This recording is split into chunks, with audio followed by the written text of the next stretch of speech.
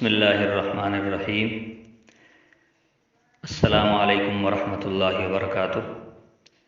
اس وقت corona virus وبا نے دنیا کے اکثر ممالک کو اپنی لپیٹ میں لے لیا ہے۔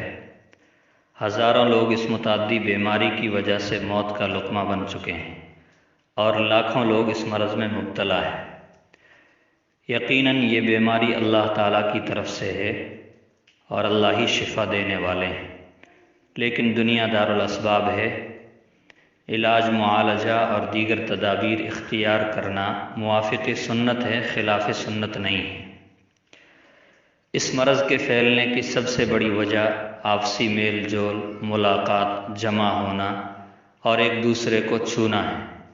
اس لیے اس کا علاج یہ ہے کہ گھروں میں رہیں، میل جول کم رکھیں، گھروں میں بالخصوص صفائی ستھرائی کا خیال رکھیں، ڈاکٹروں کی بتائی ہوئی تدابیر اختیار کریں، بالخصوص اللہ تعالیٰ سے توبہ و استغفار کریں، مشائخ کی بتائی ہوئی ادعیہ مسنونہ کا ورد رکھیں اور صدقات و خیرات نکالنے کا اہتمام کریں۔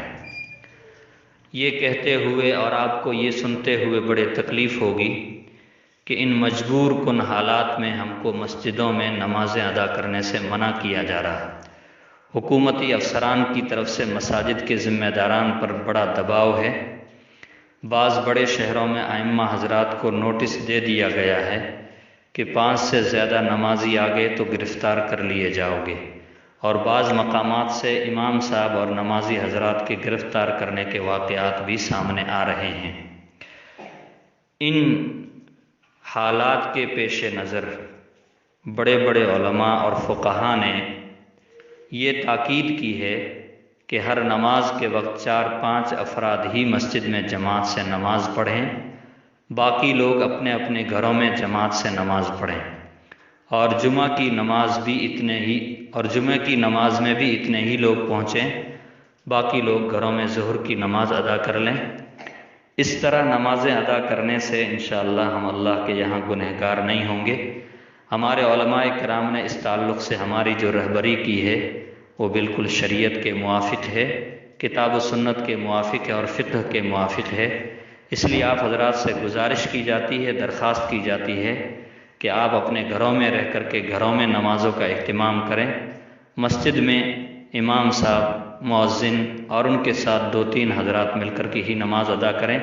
اور کل جمعے کا دن ہے، دیہات میں رہنے والے لوگوں سے خاص طور سے میری گزارش ہے کہ آپ حضرات شہروں کا رخ نہ کریں، بلکہ اپنے گھروں میں رہ کر کے ہی وہیں پر نماز ظہر ادا کر لیں۔ اور شہروں میں جو لوگ اپنے گھروں کے اندر ہے ان سے بھی گزارش ہے کہ آپ مساجد کا رخ نہ کریں، بلکہ اپنے گھروں کے اندر رہ کر کے ہی نماز ادا کر لیں۔